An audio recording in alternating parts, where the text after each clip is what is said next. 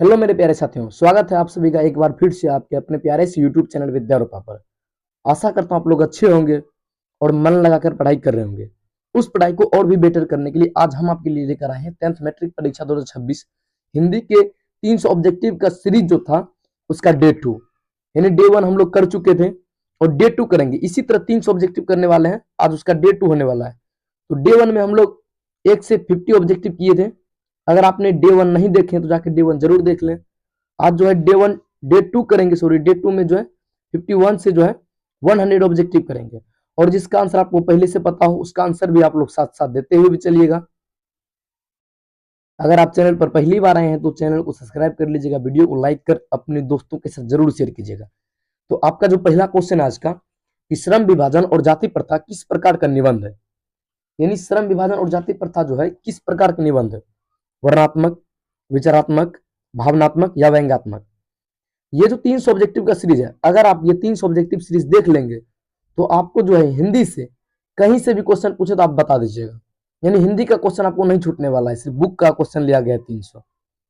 तो 51 का जो है यह श्रम विभाजन और जाति प्रथा, यह एक प्रकार का विचारात्मक है। क्या प्रकार है? विचारात्मक निबंध है। यानी ऑप्शन बी जो है इनका बिल्कुल सही आंसर हो जाएगा। और जो आपका अगला क्वेश्चन है, विश्व के दांत कहानी किस वर्ग की मानसिकता दिखाती है? उच्च वर्ग, मध्यम वर्ग, निम्न वर्ग या किसान वर्ग। तो विश्व के दांत जो है यह उच्च वर्ग की मानसिकता दिखाई गई है। क्या वो उच्च वर्ग की मानसिकता को दिखाई गई है, यानी ये जो है इनका बिल्कुल सही आंसर हो जाएगा। और जो आपका अगला क्वेश्चन है, नाखून क्यों बढ़ते हैं पाठ में लेखक का दृष्टिकोण कैसा था? वैज्ञानिक दृष्टिकोण था, दार्शनिक दृष्टिकोण था, हास्यपूर्ण दृष्टिकोण था या व्यंग्यात्मक दृष्टिकोण था। तो नाखून क्यों बढ़ते हैं, इसमें जो है लेखक का हास्यपूर्ण दृष्टिकोण था। कैसा? हास्यपूर्ण। यानी ऑप्शन सी जो है इनका बिल्कुल सही आंसर हो जाएगा। इसी तरह आपका अगला क्वेश्चन है, नागरिक लिपि निबंध किस उद्देश्य से लिखा गया है? यानी नागरिक लिपि निबंध जो है किस उद्देश्य से लिखा गया है? मनोरंजन के उद्देश्य से, सूचना के उद्देश्य से, जागरूकता के उद्देश्य से या आलोचना के उद्देश्य से। तो नया निबंध जो है जागरूकता के उद्देश्य से लिखा गया है। किस उद्देश्य से? जागरूकता के उद्देश्य। ऑप्शन सी जो है इनका बिल्कुल सही आंसर हो जाएगा। और आपका अगला क्वेश्चन है, बहादुर कहानी का नायक किस नाम से जाना जाता है? राम, दिल बहादुर, श्याम या हरि। बहादुर कहानी का जो लेखक है यह दिल बहादुर के नाम से जाना जाता है, जिनका ऑप्शन सी जो है, सॉरी ऑप्शन बी जो है इनका बिल्कुल सही आंसर हो जाएगा। और जो आपका अगला क्वेश्चन है, परंपरा का मूल्यांकन में लेखक किसका समर्थन करता है? अंत परंपरा का, वैज्ञानिक सोच का, रूढ़िवाद का या कट्टरता का। तो परंपरा का मूल्यांकन में जो है लेखक वैज्ञानिक सोच का समर्थन करता है, यानी बी जो है इनका बिल्कुल सही आंसर हो जाएगा। और जो आपका अगला क्वेश्चन है, पंडित बिरजू महाराज किस नृत्य शैली के विश्व प्रसिद्ध कलाकार थे? तो पंडित बिरजू महाराज किस नृत्य शैली के विश्व प्रसिद्ध कलाकार थे? भरतनाट्य, कथक, ओडिसी या मणिपुरी। यह जो है कौन? पंडित बिरजू महाराज, यह कथक शैली, किसके शैली के? कथक शैली के एक विश्व प्रसिद्ध कलाकार थे। और जो आपका अगला क्वेश्चन है, यानी क्वेश्चन नंबर 58 है कि अनवियो किस महाद्वीप में स्थित है? यानी अनवियो जो है किस महाद्वीप में स्थित है? एशिया, अफ्रीका, यूरोप और ऑस्ट्रेलिया। तो अनवियो जो है यह आपका यूरोप महाद्वीप में स्थित है। और यूरोप महाद्वीप के किस देश में स्थित है? तो वहां पे किस देश में स्थित है, इसका आंसर आप लोग कमेंट में दीजिएगा। और जो आपका अगला क्वेश्चन है, मछली कहानी में परिवार की स्थिति कैसी थी? समृद्ध, मध्यम, निम्न मध्यवर्गीय या उच्च। मछली कहानी में परिवार की जो थी मानसिक परिवार की स्थिति यह जो है निम्न मध्य वर्गीय थी। कैसी थी? निम्न मध्य वर्गीय। इन ऑप्शन सी जो है इनका बिल्कुल सही आंसर हो जाएगा। और जो आपका अगला क्वेश्चन है कि राम नाम बिनु बिरथे जागी जन्म में किस बात पर बल दिया गया है? कर्म पर, भक्ति पर, धन पर या ज्ञान पर। तो राम नाम बिनु बिरथे जागी जन्म में जो है इसमें भक्ति पर बल दिया गया, यानी ऑप्शन बी जो है इनका बिल्कुल सही आंसर हो जाएगा। और जो आपका अगला क्वेश्चन है कि स्वदेशी कविता राष्ट्रीय आंदोलन से जुड़ी है। किस राष्ट्रीय आंदोलन से जुड़ी है? सत्याग्रह से, असहयोग आंदोलन से, स्वदेशी आंदोलन से, भारत छोड़ो आंदोलन से। किससे जुड़ी है? तो आपका स्वदेशी जो है ये स्वदेशी आंदोलन से जुड़ा है। किससे? स्वदेशी आंदोलन से, यानी ऑप्शन सी जो इनका बिल्कुल सही आंसर हो जाएगा। और ये तीनों जो क्वेश्चन है, असहयोग आंदोलन, सत्याग्रह और भारत छोड़ो, ये तीनों हिस्ट्री के सबसे महत्वपूर्ण प्रश्न है। कब हुआ था, इसका आंसर आप लोग जरूर याद करके जाइएगा। और जो आपका अगला क्वेश्चन है कि भारत माता कविता में भारत को किस रूप में देखा गया है? देवी को, माता को, नारी को, शक्ति के रूप में? तो भारत माता कविता में भारत को माता के रूप में देखा गया है। ऑप्शन बी जो है इनका बिल्कुल सही आंसर हो जाएगा। और जो आपका अगला क्वेश्चन है कि जनतंत्र का जन्म में जनता को क्या बताया गया है? शासक, सेवक, मालिक या दास बनना? तो जनतंत्र का जन्म में जो है जनता को बताया गया है कि आप मालिक है। क्या है? मालिक है, यानी ऑप्शन सी जो है इनका बिल्कुल सही आंसर हो जाएगा। और जो आपका अगला क्वेश्चन है कि हिरोशिमा कविता में मानवता को किससे सावधान करती है? विज्ञान से, युद्ध से, तकनीक से या राजनीति से? तो मानवता को जो है उसमें हिरोशिमा कविता में यह युद्ध से सावधान करती है, क्योंकि हिरोशिमा में बताइए परमाणु बम गिराया था द्वितीय विश्व युद्ध में अमेरिका ने, और वहां अभी तक रेडिएशन है। कितना व्यक्ति वहां जो है रेडिएशन अभी तक है, और बहुत से व्यक्ति वहां पर मर चुके हैं। इसीलिए युद्ध से शांत करती है लेखक हिरोशिमा पाठ में। इसी तरह आपका जो अगला क्वेश्चन है कि एक वृक्ष की हत्या कविता स्वर कैसा था? हास्य था, व्यंग था, करुण था, विद्रोही था? तो एक वृक्ष की हत्या में जो हास्य था यह विद्रोही था, यानी एक वृक्ष बोल रहा था वृक्ष की हत्या नहीं करने के लिए, यानी डी जो है इनका बिल्कुल सही आंसर हो जाएगा। और जो आपका यानी अगला क्वेश्चन है 66 नंबर क्वेश्चन है कि हमारी नींद कविता किस पर व्यंग करती है? समाज पर, सरकार पर, जनता पर या शिक्षा पर? तो हमारी नींद कविता जो है यह जनता पर व्यंग करती है, यानी सी जो है इनका बिल्कुल सही आंसर हो जाएगा। और जो आपका अगला क्वेश्चन है अक्षर ज्ञान में अक्षरों के माध्यम से क्या सिखाया गया है? गणित, नैतिकता, भाषा या इतिहास? तो अक्षर ज्ञान में जो अक्षर के माध्यम से नैतिकता को सिखाया गया है, यानी बी जो है इनका बिल्कुल सही आंसर हो जाएगा। और जो आपका अगला क्वेश्चन है कि लौट कर आऊंगा फिर कविता में कौन सी भावना प्रमुख है? क्रोध, आश्वासन, भय या दुख? तो लौट कर आऊंगा फिर में कविता में जो है यह आश्वासन भावना प्रमुख है, यानी बी जो है इनका बिल्कुल सही आंसर हो जाएगा।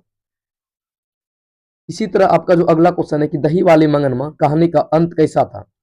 सुखद था, दुखद था, यथार्थपरक था या काल्पनिक था? तो दही वाली मंगनमा में जो है कहानी का अंत यह बहुत ही यथार्थपरक था, यानी सी जो है इनका बिल्कुल सही आंसर हो जाएगा। इसी तरह आपका अगला क्वेश्चन है कि ढाते विश्वास शीर्षक किस ओर संकेत करता है? यानी ढाते विश्वास जो है शीर्षक किस ओर संकेत करता है? प्रेम, त्याग, टूटता विश्वास या आशा?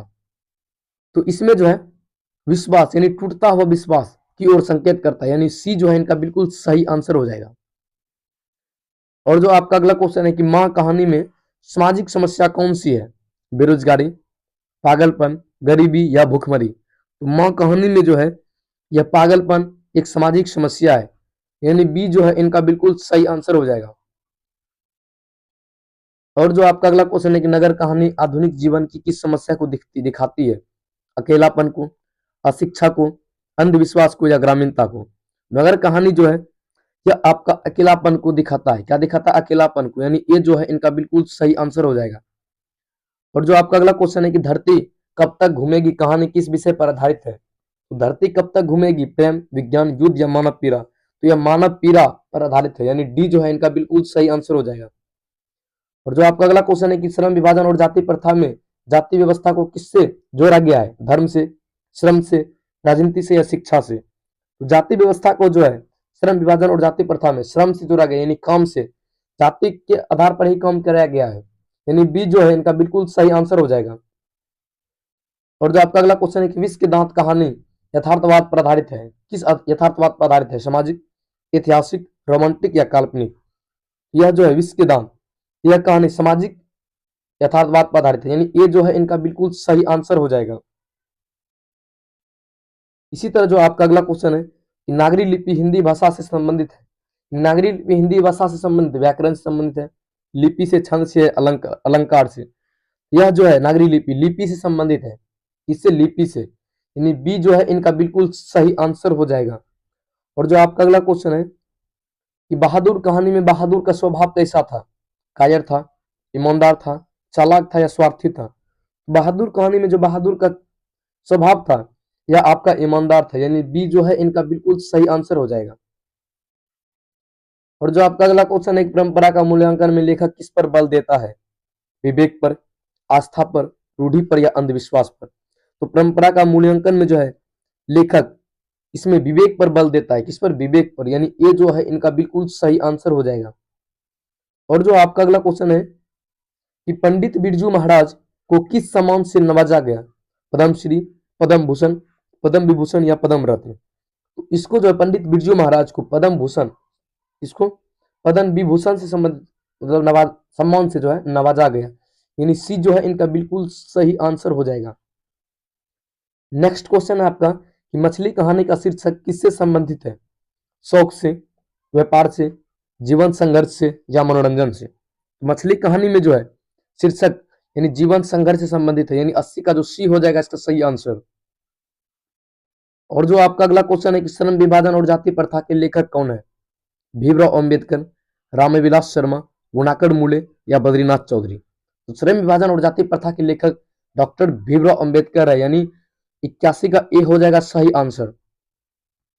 और जो आपका अगला क्वेश्चन है कि विष के दांत कहानी किस वर्ग को टकराव को दिखाती है? तो विष के दांत जो है अमीर और गरीब वर्ग के टकराव को दिखाती है। यानी ये जो है इनका बिल्कुल सही आंसर हो जाएगा।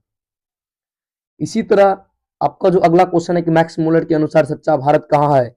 नगरों में, ग्रामीण भारत में, महलों में या उद्योगों में। मैक्स मुलर के अनुसार सच्चा भारत ग्रामीण भारत में है। यानी बी जो है इनका बिल्कुल सही आंसर हो जाएगा। और जो है आपका जो अगला क्वेश्चन है कि नाखून क्यों बढ़ते हैं? प्रश्न किससे पूछा? बेटी से, पुत्र से, मित्र से या शिक्षक से। नाखून क्यों बढ़ते हैं प्रश्न जो है यह बेटी किसने पूछा है? किसने पूछा? तो बेटी ने पूछा। और किससे पूछा? तो लेखक से। किससे पूछा था? लेखक से, जो इनके लेखक थे। और जो आपका अगला क्वेश्चन है कि नागरी लिपि निबंधकार कौन थे? यानी नागरी लिपि के निबंधकार कौन थे? गुणाकर मूले, रामविलास शर्मा, भीमराव अंबेडकर या सातकौड़ी होता। तो नागरी लिपि के जो निबंधकार थे गुणाकर मूले। कौन थे? गुणाकर मूले। यानी 85 का ऑप्शन ए जो है सही आंसर हो जाएगा। और जो आपका अगला क्वेश्चन है कि बहादुर का पूरा नाम क्या था? ये क्वेश्चन पहले भी आ चुका था, ये रिपीट हो गया। तो बहादुर का पूरा नाम, इसका आंसर आप लोग अब कमेंट में बता दीजिएगा। कहाँ पे बताइएगा? कमेंट में। एक बार रिपीट हो जाएगा कि बहादुर का पूरा नाम क्या था।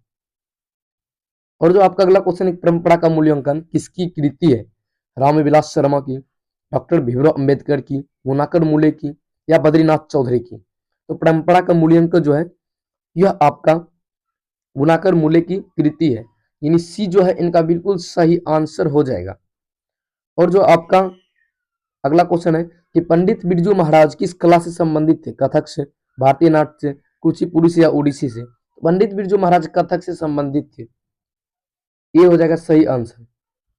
और जो आपका अगला क्वेश्चन है कि अनबियो कहाँ स्थित है? ये क्वेश्चन शायद आपको पूछे थे कि कमेंट में बताइएगा, बताइए। ये उस समय उसमें बोला था कि महाद्वीप में स्थित है। यहाँ पर सीधा पूछ लिया किस देश में स्थित है? फ्रांस में, इटली में, स्पेन में या जर्मनी में। तो यह हो जाएगा फ्रांस में। कहाँ पे? फ्रांस में। 89 का जो आंसर हो जाएगा ए हो जाएगा आंसर। और जो आपका अगला क्वेश्चन है कि मछली कहानी में किस वर्ग का चित्रण है? तो मछली कहानी में जो है यह निम्न मध्य वर्गीय परिवार का चित्रण किया गया है। किसका? निम्न मध्य वर्गीय परिवार। यानी 90 का ए हो जाएगा सही आंसर। और जो आपका अगला क्वेश्चन है कि राम नाम बिनु बिरथे जागे जन्म के पद में किसकी आलोचना की गई है? बाह्य डंबर की, आंतरिक श्रम की, अविदया की या अंधविश्वास की। तो राम नाम बिनु बिरथी जागी जन्म में जो है बाह्य बाह्य अडंबरा की, इसके बाह्य अडंबरा की आलोचना की गई। यानी 91 का जो ए हो जाएगा सही आंसर। और जो आपका अगला क्वेश्चन है कि प्रेम आईनी स्त्री राधिका में प्रेम वर्ण किसे कहा गया है? राधा कृष्ण को, शिव पार्वती को, सीता राम सीता को या अर्जुन श्वेता को। तो प्रेम वर्ण में जो है राधिका, श्री राधिका जी यानी राधा कृष्ण के प्रेम वर्ण को कहा गया है। यानी ये जो है इनका बिल्कुल सही आंसर हो जाएगा। और जो आपका अगला क्वेश्चन है कि स्वदेशी कविता के कवि कौन है? स्वदेशी कविता के कवि कौन है? बद्रीनाथ चौधरी या प्रेमघन, रामधारी सिंह दिनकर, भीमराव अंबेडकर या गुणाकर मूले। तो गुणाकर मूले किसका है? परंपरा का मूल्यांकन या नागरी लिपि का गुणाकर मूले है। अंबेडकर श्रम विभाजन और जाति प्रथा। रामधारी सिंह दिनकर पता नहीं। बद्रीनाथ चौधरी जो है यह प्रेमघन स्वदेशी कविता के लेखक है। क्योंकि इस दोनों के बारे में बताएं। रामधारी सिंह दिनकर किसके थे? इसका आंसर आप लोग कमेंट में दीजिएगा। ये थोड़ा दिमाग से उतर गया है। इसका आंसर आप लोग कहाँ दीजिएगा? कमेंट में। और जो आपका अगला क्वेश्चन है कि 94 का है कि भारत माता कहाँ निवास करती है, गांव में, नगर में, महलों में या जंगल में। तो भारत माता जो है ये गांव में ही निवास करती है, यानी 94 का ए आंसर सही हो जाएगा। और जो आपका अगला क्वेश्चन है कि जनतंत्र का जन्म के कवि कौन है, रामधारी सिंह दिनकर, बद्रीनाथ चौधरी, रामविलास शर्मा या गुणाकर मूले। जनतंत्र का जन्म की कहानी जो है रामधारी सिंह दिनकर है। जो आपको क्वेश्चन बोले थे कमेंट में बताने के लिए इसका आंसर मिल गया। और जो आपका अगला क्वेश्चन है कि हिरोशिमा कविता में किस शहर में हुए परमाणु बम विस्फोट पर आधारित है। तो हिरोशिमा जो है ये हिरोशिमा जगह है जापान का, कहाँ का, जापान का, जिसमें द्वितीय विश्व युद्ध में अमेरिका ने परमाणु बम गिराया था। हिरोशिमा और नागासाकी में 2 परमाणु बम गिराया था, एक हिरोशिमा और एक नागासाकी में। और जो आपका अगला क्वेश्चन है कि एक वृक्ष की हत्या कविता किस संकलन से ली गई है, इन दिनों, वन जीवन, पर्यावरण रत्न या प्रकृति संकलन से। यह जो इन दिनों संकलन से ली गई है, यानी 97 का ये हो जाएगा सही आंसर। इसी तरह आपका अगला क्वेश्चन है कि हमारी नींद कैसी कविता है, समकालीन, प्राचीन, भक्ति या वीर रस। तो हमारी नींद जो है यह समकालीन कविता है। कैसी कविता है, समकालीन, यानी 98 का ये हो जाएगा सही आंसर। और जो आपका अगला क्वेश्चन है कि अक्षर ज्ञान में क के ड के लिए क्या कहा गया है। तो अक्षर ज्ञान में क का ड के लिए बेटा कहा गया, यानी 99 का आंसर ये हो जाएगा सही आंसर। और आपका 100 आज का क्वेश्चन है और लास्ट क्वेश्चन भी होने वाला है कि लौट कर आऊंगा फिर कविता किस भाषा से अनुदित है। ये लौट कर आऊंगा फिर जो है कविता किस भाषा से अनुदित है, बांग्ला, उर्दू, अंग्रेजी या संस्कृत। यह बांग्ला भाषा से अनुदित है, यानी 100 का ए आंसर सही हो जाएगा। दोस्तों ये थी आज की मजेदार 50 ऑब्जेक्टिव क्वेश्चन जो डे 2 था। और अब बताइएगा आप लोग कमेंट में डे 2 आज का कैसा लगा। उम्मीद करता हूं आपको ये क्लास अच्छी तरह से समझ में आया होगा। मिलते हैं इसी तरह के नए वीडियो के साथ, तब तक के लिए आप अपना ख्याल रखें, अपने परिवार का ख्याल रखें। जय हिंद, जय भारत, धन्यवाद। और डे 3 के लिए आप चैनल को सब्सक्राइब कर लीजिएगा।